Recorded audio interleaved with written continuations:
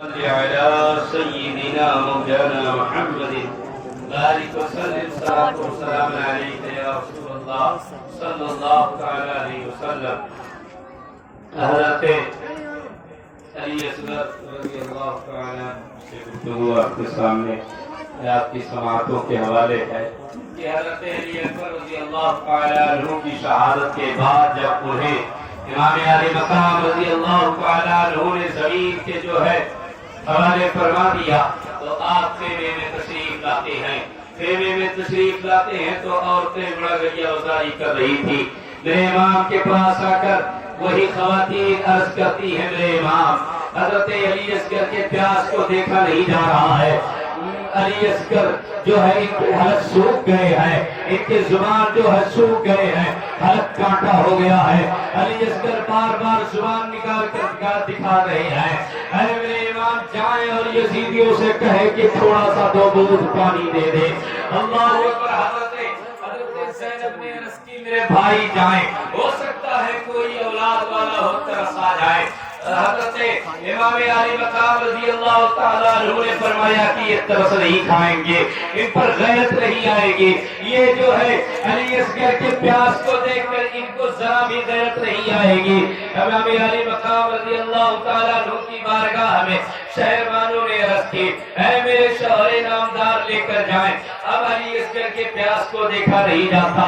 اللہ اکبر. حضرت امام علی مقام رضی اللہ تعالیٰ عنہ نے علی اصغر کو اٹھایا گود میں اور لے جا کر یزیدیوں کے سامنے پیش کیا اور فرمایا کہ اے کوفیو, تمہیں معلوم نہیں ہے کہ تم نے میرے ساتھ دشمنی کیا ہے, مجھے پانی نہیں دیا, مجھے جو ہے پانی نہیں دیا ٹھیک ہے, لیکن یہ چھوٹے بچے کو پانی دے دو. یہ چھوٹے بچے کا زبان پیاس سے جو ہے جھلس گیا ہے, اسے پانی دے دو. لیکن کوئی یزیدی میں جو ہے اتنی غیرت نہیں بچی تھی کہ پانی دے دے. امام علی مقام نے پانی کی طلب کی, فرمایا کہ تمہیں مجھ پر غیرت نہیں آتی ہے تو چلو لے اصغر پر ترس کھاؤ. حرملہ کا تیر آتا ہے اور جب حرملہ کا تیر آتا ہے تو اللہ اکبر حضرت علی اصغر کے حالت کے جو ہے پار ہوتا ہوا گزر جاتا ہے. حضرت علی اصغر کے حالت پر لگتا ہے وہ تیر اور حضرت امام علی مقام کے جو ہے بازو میں وہ تیر لگ کر پار ہو جاتا ہے. اللہ اکبر. میرے امام نے حضرت علی اصغر کے پاس جو ہے علی اصغر کے خون کو اپنے ہاتھ میں اٹھایا اور اٹھا کر آسمان کے جانب اچھالنا چاہا.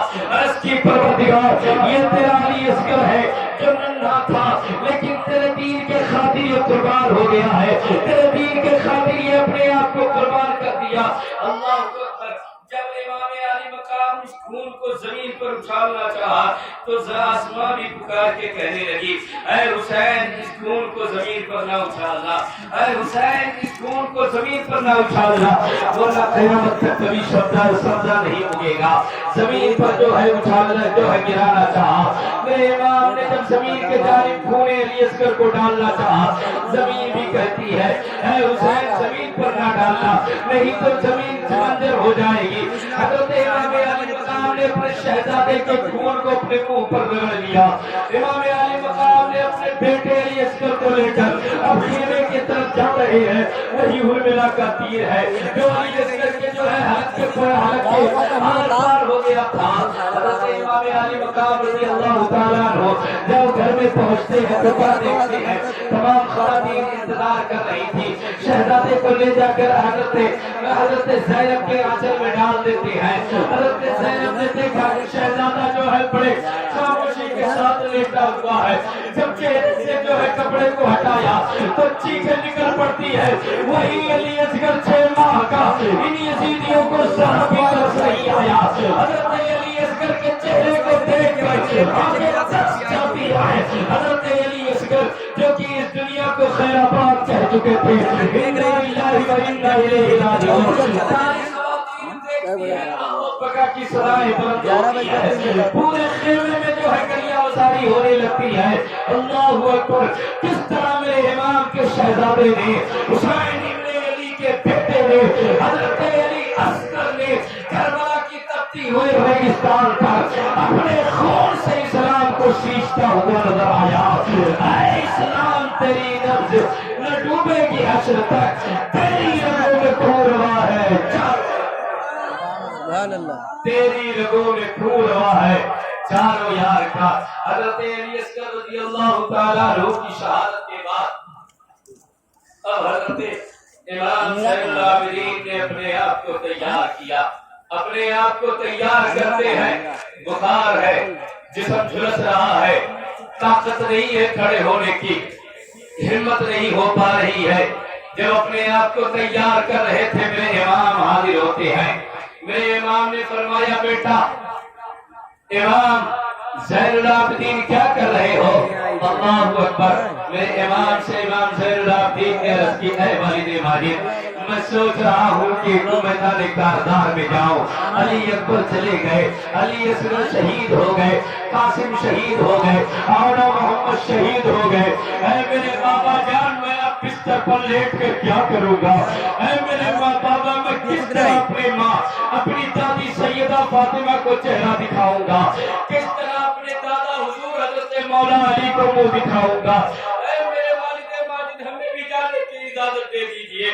میرے امام کا صبر دیکھیے، میرے امام کا استقلال دیکھیے کہ اللہ اکبر بخار میں لپٹا ہوا شہزادہ علی امام زین العابدین کی اجازت مانگ رہے ہیں۔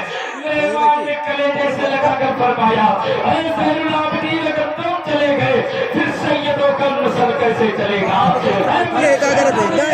چلے گئے تب پھر حسینی جو ہے نسل کیسے چلے گا؟